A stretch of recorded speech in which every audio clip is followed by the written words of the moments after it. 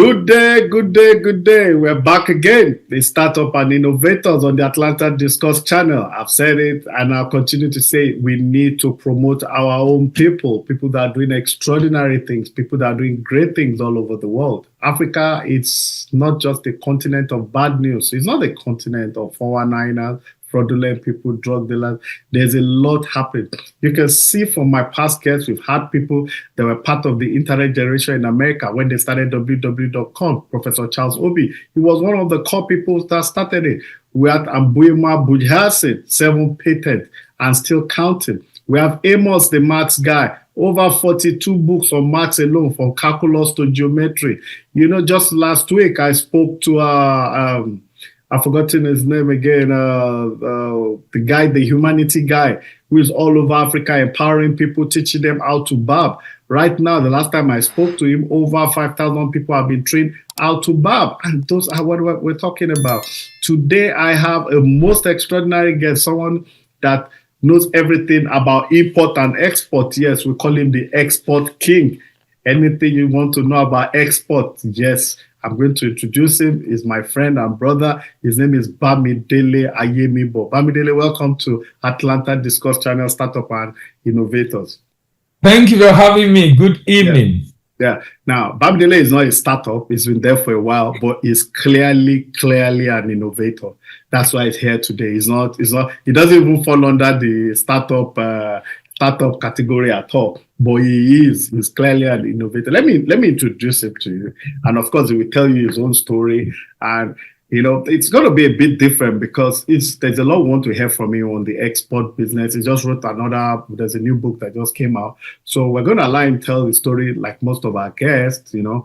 But there are a lot of technical questions we want to ask him on export-related issues. So Bamidele here, the export king, as is fondly called, everybody call him the export king, is an internationally recognized business consultant and marketing expert. He's the lead consultant at the 3T Impact Trade Consulting Limited as his company. He's also a trade consultant with numerous trade certification of all over the world. He's the first certified specialist in demand guarantee in Nigeria and among the first 10 in the continent of Africa. That's why he's an innovator, you know. So he holds a master's in international business with law from Salford University, Manchester, United Kingdom, PhD in international business marketing with the LIGS University, that's in Hawaii, United States of America. And of course, he conceived, designed, and facilitated the training of the first export diploma program and the 6th trade professional development program in Africa in conjunction with the American Institute, you know. So this guy is global. It's global. So that's why he's here today. And Bamidele, let's just tell us in a nutshell before we go to nitty-gritty. Tell us of your story. How did you find yourself in this place? Why are you the export king? Is that what you've always wanted to do, or you just stumble on it? Yeah. Go ahead. Okay, I have a medical background. I studied medical.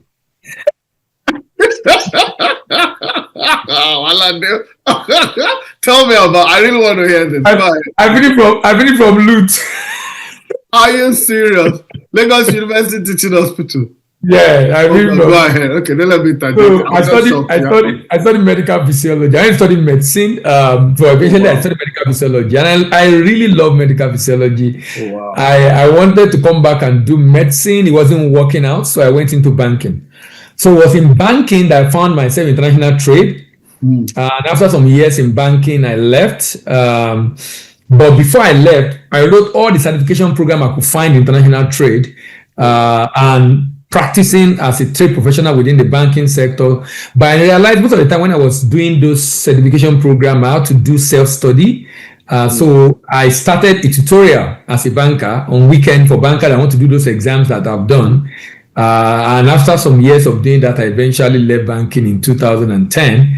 And now at 3T Impact, as lead consultant at 3T Impact Consulting and Academy, we basically, the word 3T actually stands for trade education, trade enhancement, and trade execution.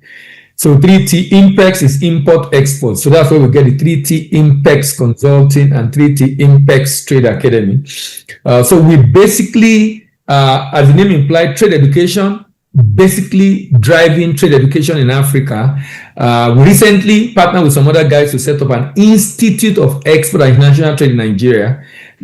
So to be able to drive some of the certification programs, because we realized we're in partnership with LIBF, London School of Banking and Finance, and AIES, American Institute of Extended Studies. But because of FX issue and the cost, it was becoming challenging for a lot of people to be able to meet up with the cost of having to pay. So we have to find a way to domesticate some of those certifications, which we recently started running in partner with some other trade professionals in Nigeria. But our goal basically is to increase. We do training on import, we support on import, but we are more passionate about export because that is what Africa really need now. So that's why I think I've written about 8 books, only 1 on import. The other 7 are only 1 on import, 2 on import and export, more or less together. Then the remaining 5 all on export. And the reason is because we believe we need to do more within the export space to be able to grow not only export in Africa in general, which we've been pushing for about 1.5 decades now.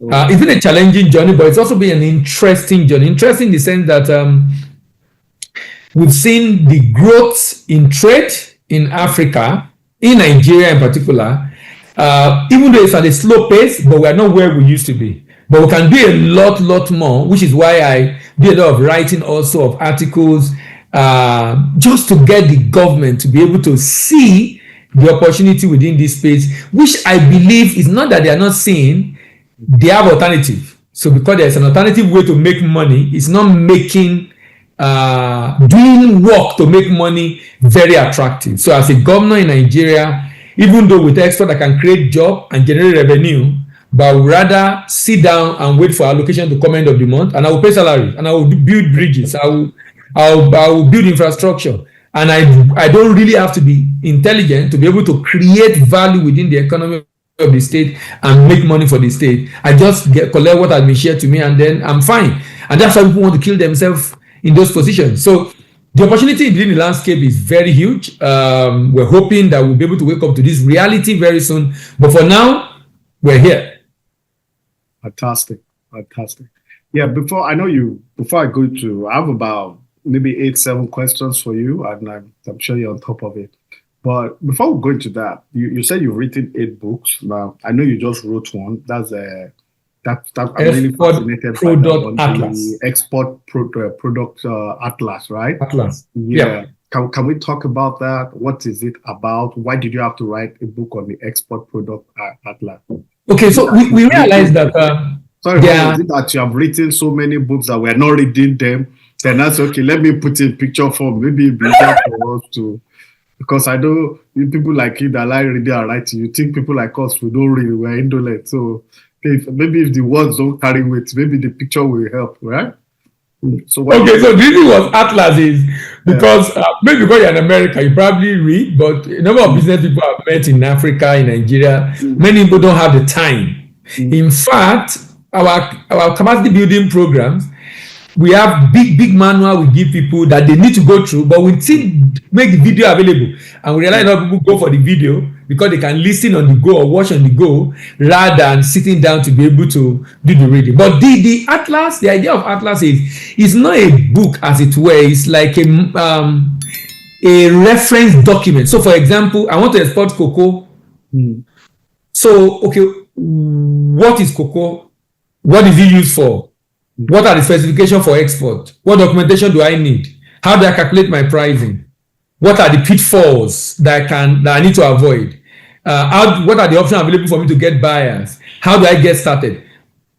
So each product, about 20 products, and each of them was discussed under 10 subheading, and all of them in a pictorial form, including the market and the volume demanded and the potential market. So that means if I want to do sorghum, I just go to the chapter on sorghum and go and check what is sorghum about, what is specification. So it provides such an information that even if I'm an exporter and I want to do something else, because I have a background, it makes it easier for me to know what is changing. And if I'm new entirely, I know what exactly I need to deal with. And in fact, one of the other reasons is Nigeria have a lot of issue with rejection. That's why there are 2 sections in each product that address that. 3 sections.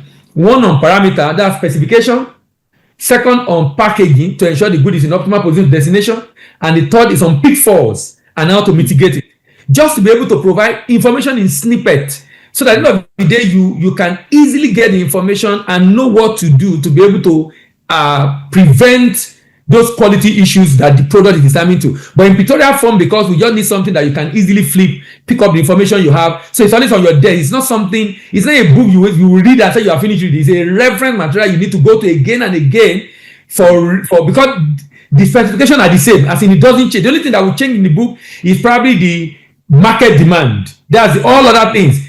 Cashew is cashew. Moisture is still a problem for many years. It's a problem 20 years ago. It's still a problem in the future. If the moisture is more than 10%, it's going to make the cashew to grow and destroy it in transit. So those are very important information that does not change because of the nature of the item. And so that's why there are reference documents that are needed every now and then for you to be able to ensure that you get on one spot 20 products. And we're planning to do solid minerals, intermediate products, finished good, processed agro, about 5 series I have in the works that I'm working on. But just releasing this now, maybe in the subsequent, maybe next year we'll probably work on the second one and then release it subsequently. Oh wow! So where do we get to buy this book? Is it on Amazon or where? Okay, I'm trying to reduce this because of the picture. It's very heavy, so it's been challenging because all these platforms are maximum size. So currently it's still hard copy, but it's available on our website. It's available on seller.co. Available on our website, and we're trying to get into some bookshop we work with in Nigeria. Okay. But for those outside the country, if you order online, we can dispatch to you. Okay, we'll add all the information to the chat box so that. Okay. Yeah. So let's go a bit more technical. Questions people will want to do. Yeah. Let's start with export opportunities. Okay. And, what are some of the most promising export opportunities for African businesses? Particularly in the global market. So, if Africa is going to grow export trade, we need to be strategic. We can't do it just because we want to do it. So, for example, West Africa is the produce 75% of global production of cocoa. 75%. So we're the largest grower of cocoa. But the global market for Ivory Coast, Nigeria. Yes, Nigeria, Cameroon, yes. But the global market for cocoa is just about 12 billion. The people making money are the people producing cocoa butter, cocoa cake, cocoa liquor, and chocolate and other derivatives. So meaning we have to add value. But we might not need to add value to finish because sometimes you also push narrating and you think you must finish. You don't need to finish the goods. Global trade today, as of last year, according to the UN on trade, is global trade is about $33 trillion. About 8-9 trillion is trade in services. About 24 trillion is trade in goods. Oh, wow. African trade in goods is 2.5%. What? With a population of about 1.3 billion people. EU trade is about 33%. With a population less than 500 million people. If we are going to grow our trade, we must concentrate on a particular class of product that constitute about 50 to 60% of global trade. And that is intermediate product. So, instead of exporting raw shea butter or exporting cosmetics, I export shea. Instead of exporting raw shea nut or cosmetic finished goods of shea nut, I'm exporting shea butter, an intermediate product. Raw materials, about 20%. Finished goods trade, about 20%.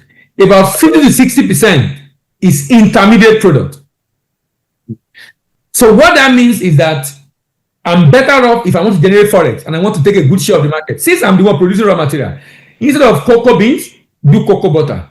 Instead of shea nut, do shea butter. Instead of lead ore, do lead ingot. Those intermediate products are commanding large volume. And the reason is obvious.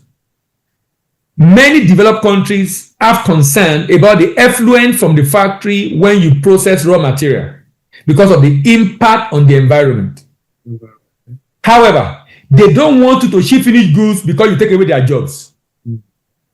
So if you ship intermediate product, they will be okay with that because it will make the waste to come into their country after processing, and you will not be taking away the job they want to. You won't be taking all the jobs. You are taking some job by semi-processing, but at least let's say have some job also as a result of finished goods. So that's why I believe the demand for intermediate good is really, really, really growing and growing very fast in the world.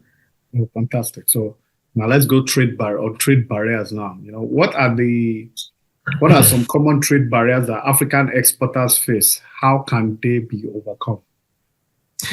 There are a lot of non-tariff barriers. Non-tariff barriers.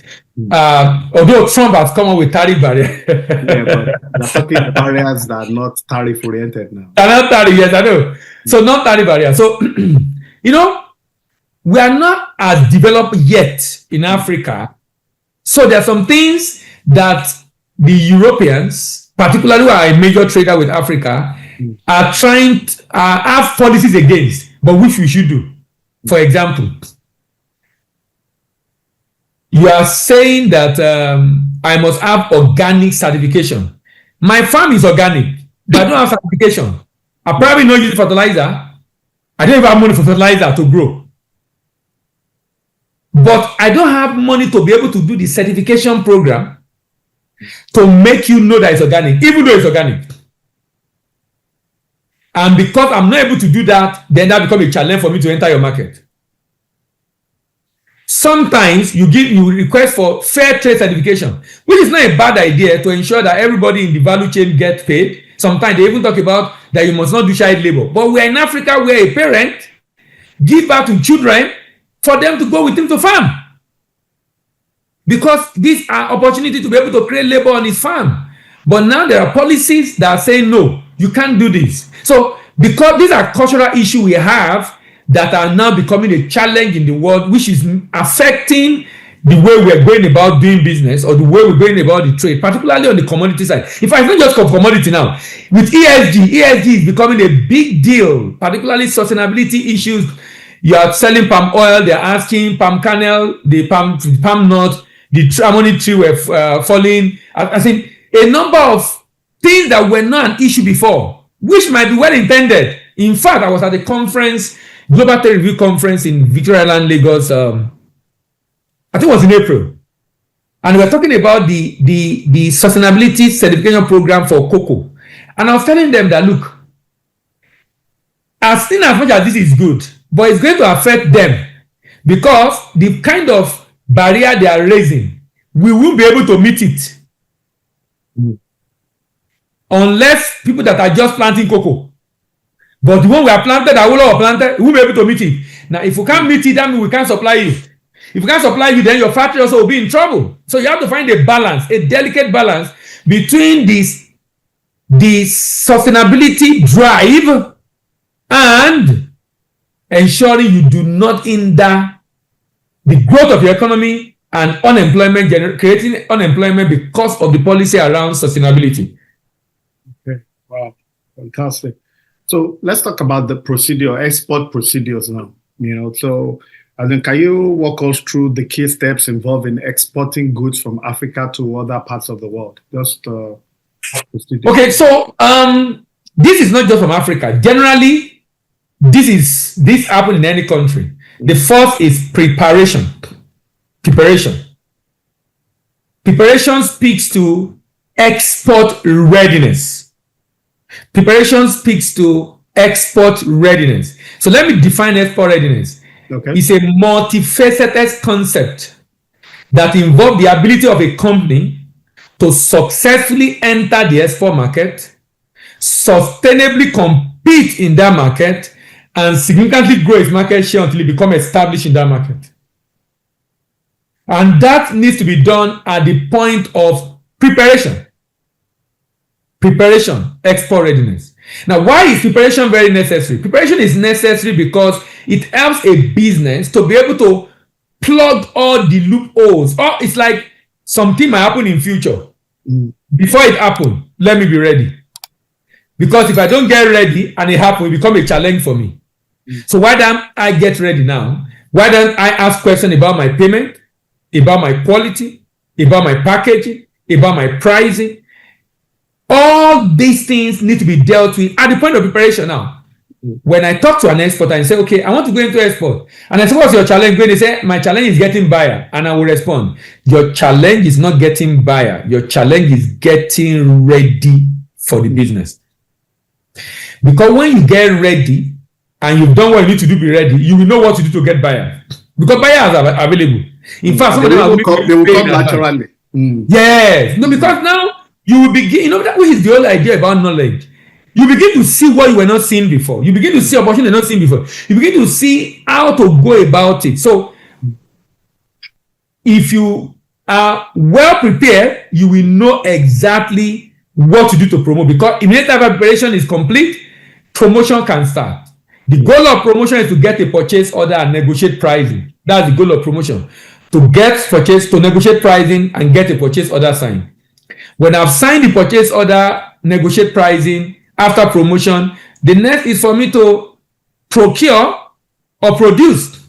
And by the way, I procure, I don't produce, because I don't need to be the producer of the item I'm exporting. That's true.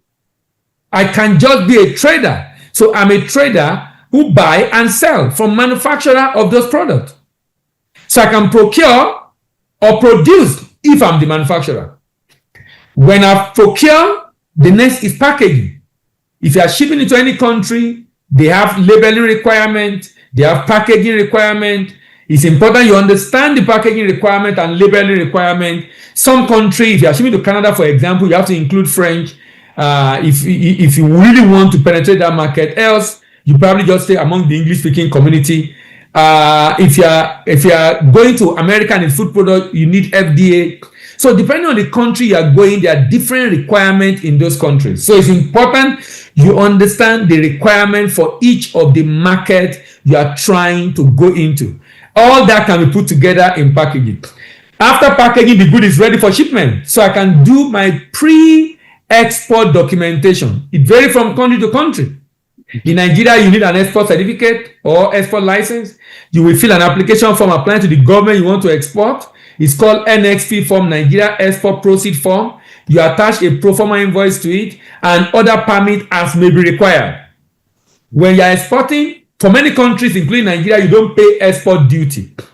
And quite frankly, many countries don't charge duty on export because export is crediting the country with money. So they want to encourage businesses to export. So you rarely find countries that charges on export. If they are going to charge at all, it's going to be very minimal. So in Nigeria, you only pay a fee, and it's called the Nigerian Export Supervision Scheme. The Nigeria Export Supervision Scheme. I like the way you are going about this. So before you learn, let me just go to the next question so that I can take it together. Okay. The next question was supposed to be about market access. Okay. So I like your chain of thought. So I don't want to wreck it. So I want you to take it all together. So let me finish this trail of thought. Yeah. I'll come back to promotion, which is part of the market access. Okay, go ahead. So I'll come back to promotion later. So if you do your pre-export documentation, you engage custom with a custom license agent. They arrange the good for shipment. The good is loaded into the container and you ship. Then you do your post-export documentation. That is the document you need to send to the buyer. For example, bill of lading if I'm shipping by sea, airway bill if I'm shipping by air, roadway bill if I'm shipping by road, railway bill if I'm shipping by rail, plus my invoice to ask for payment, plus other documents. Some country will require a certificate of origin because they have a preferential agreement that enable them to treat some product, like AGOA, for example, in America, that enable them to treat some product duty free. I'm not sure AGOA will work now again with the duty that Trump has slammed on Africa. So on the world, not just Africa. So now, then port-to-port shipment is done. From port of loading to port of discharge. While that is done, the exporter present document to the buyer or his bank. And then the bank review document, effect payment. Document is released to the importer in the destination market, who then do post shipment inspection. That's inspection at arrival, at destination. So when the good arrive, they will do the destination inspection. If everything is in order, they pay and the transaction is concluded. Now, I'll come back to promotion. Promotion is a very important part. In fact, I try to compel, or I won't say compel, encourage my client to do it themselves. There is the culture of looking for someone to sell me a contract for me to supply. So my question is, this is not a government contract. If you supply today, if that guy is not buying tomorrow, you are going to need someone again to give you a contract. What if nobody is giving you? Yeah, your business has crashed. You don't have business again. So why don't you learn and master how to find buyer? And in my research, one of the cardinal points that is critical in this process is having an overseas sales representative, which is why before we started, we were discussing, I was talking about the fact that Nigerians in diasporas, Africans in diasporas are asset. Jackpot to me is a blessing, only that we are not harnessing the blessing. It's creating market and it's creating room for collaboration to penetrate market. What we've not done is to boost capacity of the people that have gone to be able to know what to do and how to go about it to be able to do what they need to do in the export market. And that requires a lot of capacity building. However, the challenge I've seen is because of bills. You guys pay a lot of bills. I know. You can say that again. You can say that again. Even those that have paid to join our program don't have time to go through the materials. They pay to, they have not been able to. It's challenging, To go through it. Yes. So it takes a lot of discipline and determination to say, look, I must create time for this every week, maybe 2-3 hours to be able to go through this. Just because everybody perform to install capacity, you can only do what you know about. If you don't know how to do it, you won't be able to do it. So knowing how to do it become important for us to be able to harness those opportunities. So, but there are different options. So for example, if I'm looking for buyers, I can decide to go online and use Facebook or Instagram to advertise. And Facebook and Instagram have done it in a way that the buyer can easily chat me directly. And I tell my client, when they chat you like that based on your advert, don't call them. Send the detail to your rep, let your rep call them. Why? Because just because you are black, just because you are African, you are a fraudster until you prove otherwise. Absolutely.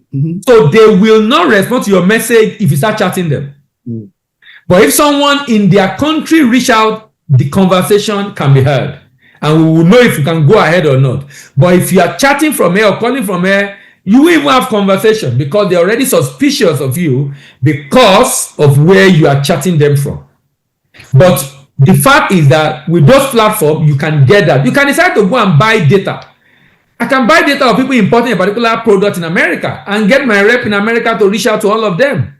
And those of them were able to still agree on pricing. We can do a trial shipment. In fact, I can send sample to my rep and my rep can give it to them and they can check it out. If you're okay with it, we can do a trial shipment. In fact, my opinion is before you even start reaching out with those kind of options, you should have sample of your product ready. So that if they say they need it within a week, they have a sample of that product. And then it becomes a lot easier. Or you can decide to attend a trade fair. Go for a trade fair. When you meet people one-on-one, you can build a lot of connection that can make business opportunity to happen. And the concern of credibility will have been taken care of because they can see that you are a human being and you're not a fraudster. And you're not a fraudster. Oh God. Okay. And you're not a fraudster, So you can use B2B platform. B2B platform are platform where buyers will go and post, I need this product. Sellers will go and post, I can supply this, and the platform connects potential buyer or potential seller for them to be able to do the shipment. So there are different options for market access. Okay. And I wrote a book on that. I call it Eureka. I found international buyers. In fact, let me see. This is it. Eureka. I found international buyer. How to find buyer abroad. Let me ask you a quick question. All your books combined. Yeah. All your books combined. How much are they in Naira? All your books. In Naira. I'm asking for a it will be about 210,000. 210,000. That's a little by $100. Okay. Pack one each. I will do a deal now. All right. So are you done with market access? Yes. Okay, so let's go to competitiveness. Yeah. What strategies can African exporters, use to improve their competitiveness in the global market? Number one, if you are going to export a product, ensure the raw material can be sourced in Africa, in Nigeria, in your country. So if you are Kenya, get raw material in Kenya, or worst case neighboring country. But ensure you are not buying in forex. Okay. If you are buying in forex, you're already pricing yourself out of the market ab initio. Unless your product is such a valuable product that even if the price goes up, people are willing to buy. For example, a product like that will be, I don't want to advertise, a nodule in Nigeria. I don't want to advertise. No, go ahead. It doesn't matter. A nodule in Nigeria. Indomie, for example. Indomie price will go up, people will buy abroad. Not because there's no nodule abroad, but they prefer that of Nigeria. Even some other people that are not Nigerian prefer that of Nigeria. Yeah, because of the because of the taste. Exactly. So unless you have such a product that have enormous value that people still love in spite of the price, you might not be competitive. So focusing on sourcing raw material is important. Now, I do a lot of, let me show you, I'm trying to say, okay, let me show you a product. This is a tea. This is a herbal tea. Moringa. This is a turmeric, ginger, and moringa tea. Now, this tea, if I'm going to sell it in the US, and by the way, I found out if you want to ship this product to the UK and US will buy at a better price than UK. I don't know whether because of the distance, because UK, you can eat breakfast in Nigeria, lunch in UK, and dinner in Nigeria. So is that close? Yeah, proximity, I know. Proximity. When we used to leave Nigeria to go and watch Premiership game. Exactly. We leave on Friday, you're back on Sunday.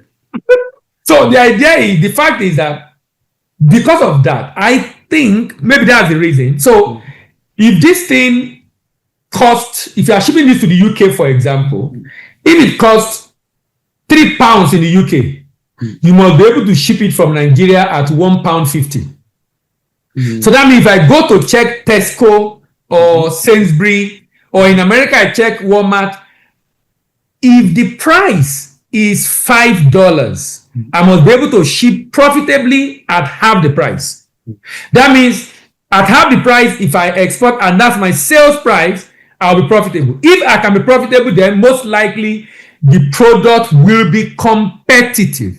Most likely the product will be competitive if I have the retail price. To make it competitive, what some people have done, which is doing very well now, is rather than going by air, which is very expensive, people now go do groupage and go by sea. So you have a lot of cargo companies, Nigerian owned cargo companies, who are now helping, although some of them are having teething problem, but a number of them are getting out of it. I know a guy that does shipment to UK every month. He will set a date and people will bring their goods. He's going to ship it together and then take it to a warehouse where it can be distributed to different places in the UK. Because if you ship, because your product cannot fill a container. If you ship by air, the cost of, in fact, there was a time we did a shipment by sea to the UK, and we're targeting Christmas. And that good was going to get there almost at Christmas. So my partner in the UK that I work with, that I was telling you about, we agreed to do another shipment by air. Ahead, so that we can sell, because our customers are going to look for alternative. We don't have our product in market. Absolutely. So we did by air while the other one is going by sea. That one by air, the cost of the goods was 2.5. The freight was about 3 million. Oh, wow. So the cost of freight was more than the goods, but we did it. It wasn't profitable, but we did it because we needed the goods to be there ahead of the one going by. You have your reputation at stake, actually. Exactly. So to boost competitiveness, you need to be conscious of where you're sourcing your raw material from. If you finish goods, you need to be very conscious of your packaging requirement. In fact, there was a time I used to ship very frequently by air, almost every other month. And I realized that by changing my packaging from corrugated carbon box to nylon strap, nylon strap, the one they used to carry bottled water. Yeah. Those nylon strap carry bottled water. I drop my weight because shipping by air is a game of weight. Oh, that's true. It's a game of weight. So I was busy paying for carton that will be destroyed. The corrugated will be trashed. Yeah, it will be destroyed. Trashed. And we it's have heavier. to put it in. Yeah, we have to put it in. We put it in that strap nylon, and then we typically then we ship about 1.5 tons. We drop it to about 1.1, 1.2 tons just by changing the packaging. And that reduces and the freight price first is price packaging, and that significantly dropped the freight cost for that transaction. So there are different ways you can be able to become competitive in the export market. Okay, let's talk export financing now. What are the options available for African exporters to access, finances for their export activities? So many countries in Africa have programs to support export. In Nigeria, for example, we have Nexim Bank because to be able to provide single digit. But if you are a startup, I would rather you look for venture capital, or you look for angel investor, or personal savings, or cooperative, or what I call aggregated export program. Aggregated means I raise money from different people and I'm doing the shipment and I will share profit to them with myself. But cooperative, we are doing it together, we involve everything. But in aggregated, nobody's involved, they just give me money. Or I get a venture capital who really invest in the business to be co-owner of the business. Or I get angel investors. Now, if I don't have all that, going to bank as a startup will be challenging because there are concerns about your ability to be able to deliver because you don't have a history. And when you are going to bank to ask for money, if you have history, you need to show document. The beauty of trade finance, when I was in the bank, one of my job is creating trade finance products, managing them and financing importer and exporter.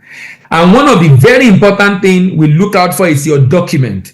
International trade is largely a business of documentation and logistics, which means documentation requirement speaks volume. For example, a bill of lading will tell me what you ship, when you ship, where you ship to, the date you ship, the person that received it, the person that did the shipment, and I can, if you give me a copy as a bank, I can verify it. So it's easy for me to ascertain if indeed you have done it before. Pre-shipment inspection report, quality inspection, I can verify it. So there are documentation that make the bank comfortable to want to fund you, which are based on your previous shipment.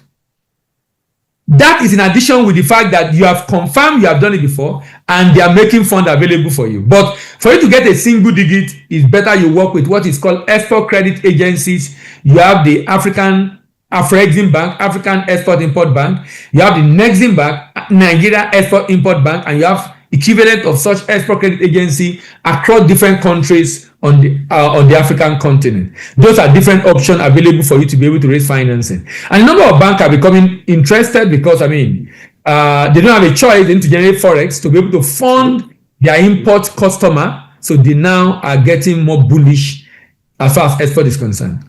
Fantastic. So let's do trade. Let's talk about trade agreements. I'm sure there are a couple of them out there. How can African businesses benefit from regional and international trade agreements, and such as the African Continental Trade, AFTA, or what they call it? Yeah, African Continental Free Trade Agreement. AFCFTA is one of the best that have happened to Africa. Fantastic program. 54 countries signed. Over 40 countries ratified, including Nigeria. 54 signed. 40 out of 55 have signed. Over 40 have ratified. That means it has become a law in that country. Oh, yeah, I understand. To ship to them. I'm just impressed with the number. Yeah, no, it's fantastic. Everybody was surprised. People didn't know it was going to be well received like that, actually. People were surprised. Because the challenge we have had. Sorry to interject. When it comes to treaty and ratification in Africa, is really behind. Because a lot of agreements have been signed, but ratification has been. So I'm talking in the area of judiciary, aviation, and so many others. So other sectors. Yeah. But this one, we've been on this for a while. I mean, since this started before COVID, we've been on it for a while. So it's been for a while, and it's becoming now. But the real issue, when I started, I defined export readiness. In fact, my PhD thesis was on export readiness, and it was deliberate. And when I developed the model for export readiness assessment, I tested it on a number of about over 100 businesses in Nigeria, and less than 5% were export ready. Now, that is the bane, that is the challenge, that is the big issue that will determine the success of any free trade agreement, be it African Continental Free Trade Agreement, ECWA Trade Liberalization Scheme, AGWA, or any other agreement that African country has been involved in. That is the biggest challenge. Apart from the fact that generally, even in Europe, in North America, in Asia, information about the agreement is a challenge. Information about the protocol of the agreement, like the AFCFTA used to have 6 protocols, now have 8 protocols. Protocol on trading goods, protocol on trading services, protocol on dispute resolution, protocol on competition, protocol on intellectual property protection, protocol on women in trade, protocol on digital trade. About 8 protocols. Understanding the rule of origin, because the backbone of the success of a free trade agreement is the concept of the rule of origin, which defines who is eligible to trade and what defines an originating product under AFCFTA. What defines it? So the document defines it, and if you meet that criteria, then you have to go. You can now obtain certificate of origin that give you a preferential treatment where your goods get to the destination market. So, but information. In fact, I always say that. When election is coming in Africa, the way you know the major contender, that is the way we have to publicize free trade agreement if we are serious. Wow. Because many businesses that need it don't even know it exists. Every time I go for program, how many people are aware of free trade agreement? 5%, 10%, 20%. People who are manufacturers. Why do you think? Because it's not being nobody. It's not what you publicize that people will know. It's not publicized. If it's not in the curiosity. You say what? I mean, I know it's there. You understand? Now, yes. People read are informed. They will know somehow. Agreed is not. The challenge is this person is doing his business locally. He's enjoying himself, making money. Government needs him to do it to gain forex. You need to let him know about it. Else, he's not bothered. That's true. It's not bothered. But the flip side is that if you're a doctor, for example, you should subscribe to everything medical. I mean, not all medical journal, but there should be a means of getting all information that relates to that. Do you know many doctors don't even read medical journal? Oh God! Okay. When some of them pass their part 2 and become a consultant and fellow, so even don't read again. Those that read are the people in the academics. Oh wow! Because they have to do it because they need to teach. And they are forced to do research. So it's a challenge, really. But if we fix that and we increase awareness, we're going to get a lot of people subscribing to the African Continental Free Trade Agreement, another agreement that the country in Africa subscribed to. Anyway, we have you. I follow everything you do, so and I won't fall for the indolency thing at all. I will, because mental laziness is a very dangerous thing. It's dangerous. Very, very, very. I try and read 10, 20 pages of something every day. It's not easy. I try. What I do is I do more audio. You see, that's the thing. I'm not that Kindle audio person. Audio. Okay. I do a lot of audio. That kind of thing. I do a lot of audio. I have to read because I mean, so okay, maybe because by virtue of my job, sometimes I can't. Okay, so because of the nature of my job, for the one I have to read as a text, most of the time is trade related, different area of trade. But I'm also interested in another area. I'm interested. I do a lot of. I do some counseling for young people on relationship, marriage. So I read a lot about that. Yeah, a lot of other things about psychology, sociology, just understanding why we do what we do. Because sometimes it's amazing how ignorance human being can be in the way we act and behave. As in, sometimes you are doing something, society can justify it, but you are killing yourself. That's true. You're destroying yourself. You're not even aware that, look, this behavior, for example, someone offended you, hate him, and you think you are doing something to him by hating him, not knowing, maybe because I also have medical background, so I'm familiar with a lot of human. Okay, I study human being. That's my discipline, my first discipline. So I have to read about all this. So those ones I did a lot of audio for them, but for my core area, I don't have a choice. I have to get the text. I have to confess that when I found out today, if I was told to guess, I would never think you had a medical background. The challenge I have is I have guests from different areas. I have to read. I must read. You need to read, because you'll be able to ask very important questions when you read. Professor Dekalo, Professor Tommy, all these people, they have. And when we're on Atlanta discuss the political sector, it's a discussion. So it's not just an interview. So you have to be appraised. Yeah, it's not. What is going on? Yeah, you can't afford to have a moronic comportment. All right, export development.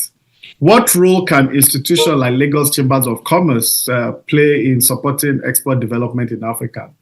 Yeah, I know you know CCCI. To develop export. To develop export. Yes, that's the question. What role? Two things. No, I'm not. I'm trying to start my thought. Two things we need to deal with. We need to increase the number of exporters and diversify the product we export. If we don't increase the number of exporters, we can't grow the volume. So what has happened now is, okay, look at this data. Last year, 2023, we did about 4.6, 4.7 billion. 2024, we did about 5.4 billion.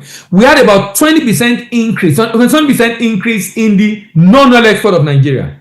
But it wasn't because of a strategy of government, as it were. Not because the government does not have something they are doing, but it's not something traced to it. Two major products contributed to that growth for Nigeria: cocoa and fertilizer. Cocoa, not because we increased volume of cocoa export. Price of cocoa went from about $3,000-4,000 to about $10,000. That consequently affect our export proceed, even if we export the same volume. Oh, okay, that's true. Fertilizer. Dangote refinery is upstream, is selling fertilizer, is exporting fertilizer. So those two contribute significantly to the growth. Majority of the factories, of the businesses have reached their peak. No new investment. So if they are doing $5 million a year, that's what they are doing. That means if you are going to grow, you have to bring new businesses to begin to produce and grow, because the big guys have reached their peak. Which is why increasing number of exporters is more important for me in developing export in Africa. Increasing the number. For example, American exporter are almost 300,000. UK, almost 150,000. Wow. Go to Africa, very few. Nigeria is even less than 1,500 for a population of over 200 million people. So that becomes a big challenge for the continent. So we and number two, to diversify. That means we can't just stay in commodities. We need to add value and diversify, and or stay with minerals or oil. We need to diversify. So oil price has dropped. Budget was priced at $75 per barrel. Now the price has dropped below that. Then it becomes a crisis. And it's not just Nigeria facing this, a number of African countries face this. But look at this, which is why I said Sometimes it looked like, is it that common sense is not common, or because we have cheap way of making money? Nigeria is borrowing. Look at one singular product that I believe can help Nigeria to generate maybe about $5 million in a year, $5 billion in a year, billion. Soybeans. Soybeans demand in the world is almost 100 billion. About 60% is China. Nigerian government have different agreement with China. Come and build bridges. What are we telling them we want to? Give us 5% of your market for soybeans. Go and farm soybeans, create jobs. Government buy from the people, ship it to China. Even Generate 10%, forex. Even 10%. We have the population. Exactly. We have the Generate population. forex. People are looking for work every day. They're always Generate forex. So yeah. these are bilateral trade. We give you this, you give us this. So you know that you are buying this volume from Nigeria. We can then just go and farm. Provide the improved seedling. Provide this thing. I mean, it just does not make sense. Do you know, we create a model on this. I mean, a model showing, look, you can give the farmer land, give them money, give them seedling, give them fertilizer, they just do the farming, they bring it to you, you pay them in 3 months, and you pay them 30% of whatever they incur. 30%. That means the farmer make 30%. Government will export, government will still make a lot of money for infrastructure development after paying the farmers and incurring other costs for the transaction.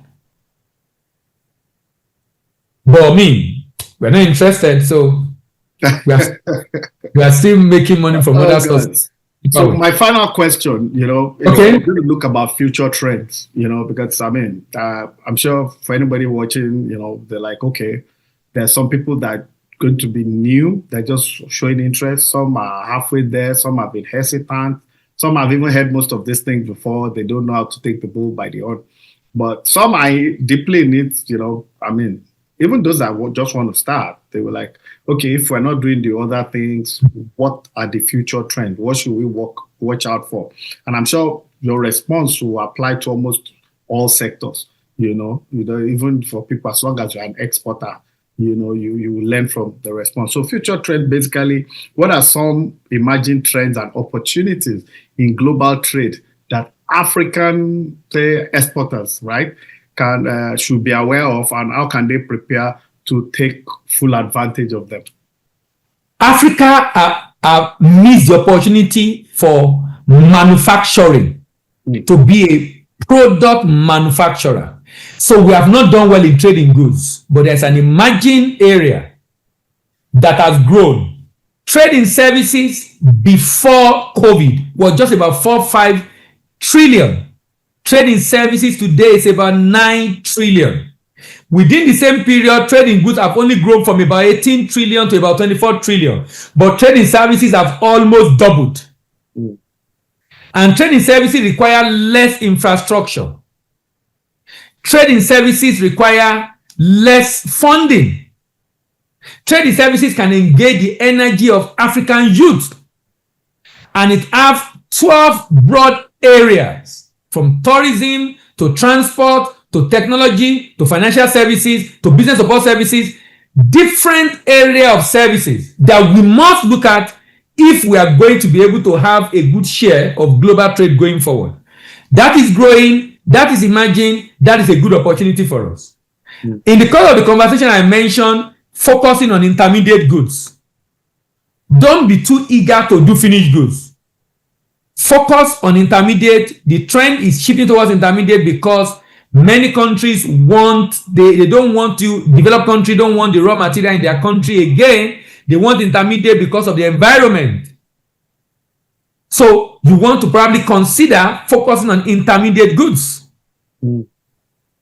It's becoming a major area of focus with a huge opportunity in that space.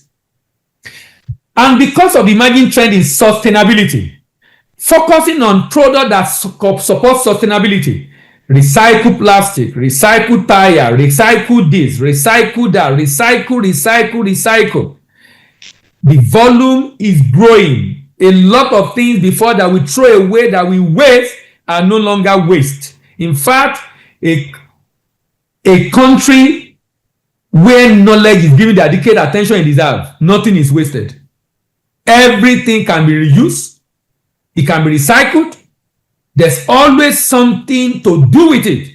And in the bid to protect the environment, that's an area that is getting a lot of attention and with a lot of support. Because you are just in that space, some organizations are willing to give you fund, give you grant to be able to do more to support and protect the environment. Wow, fantastic. I mean, you've all heard from the export king, Bamidele Ayemibo, he's broken it down, asking over 8, 9, 10 questions on various topics. And, he broke it down even in very layman's stuff. So we have to say a big thank you to him. Export Product Atlas is out, We're going to share all the details with you in the chat box so that you can all patronize him. He's a Nigerian. He's doing very well. He's highly respected internationally. And those are the kind of people we need and talk about. We need to boost our export capacity in the world. The percentage of our export in the world today is really almost negligible, and it's not fair. Yes, we are 1.3 billion people in the continent of Africa, but that's about the population of the continent of India, and we all know what India is doing in export, and, so we can do better, but then it's a wrap there. We are pressed for time and we have to go, but I'm sure that we will have to bring Bamidele back sometime in the future. Bamidele, thank you for your time always. Thank you for what you do. You're a true patriot, true son of Africa. We love what you're doing and keep up the book, good work. And the Export Product Atlas, please go to volume 2 immediately. We're ready to. I'll get in touch with you. I need all your books, I'm serious, so that we can. All right. All right. So to all our all right. Yeah, thank you very much. And thank you also for all you do. And with a lot of focus on Africa, providing information for people to be able to take very informed decisions, particularly in politics and in the business environment. Thank you very much. You are most welcome. We have to do what we got to do. It's a clarion call. We all have a role to play. I'll play mine. You're playing yours. Others will have to play theirs. Especially those of us that are of Nigerian origin. I always say we are the largest concentration of Black people on the planet. My friend from Botswana always say, okay, if you are that much, does it mean that all the food we're eating in Africa come from Nigeria? Does that mean all the technological power in, they say, what does the population pretend to, that kind of thing. I just laugh, I don't want to get in trouble because Botswana, they're getting it right in so many areas, Yes. After all, when you vote, you can't even organize a free and fair election. Then look at Ghana. That's when I don't talk again. But I'm sure very soon we're going to put them to shame. And we have to. No, I can't wait. I can't wait. I think Nigeria should just organize a free and fair election. And I'm sure it will make all the difference for everybody. And it will also cascade on other African countries because we are playing some big brother role, but we can't play because we are incapacitated. Honestly. So viewers, thank you so much for your time. God bless you all. See you all next week. Bye. Thank you very much. Thank you, bro. God bless you.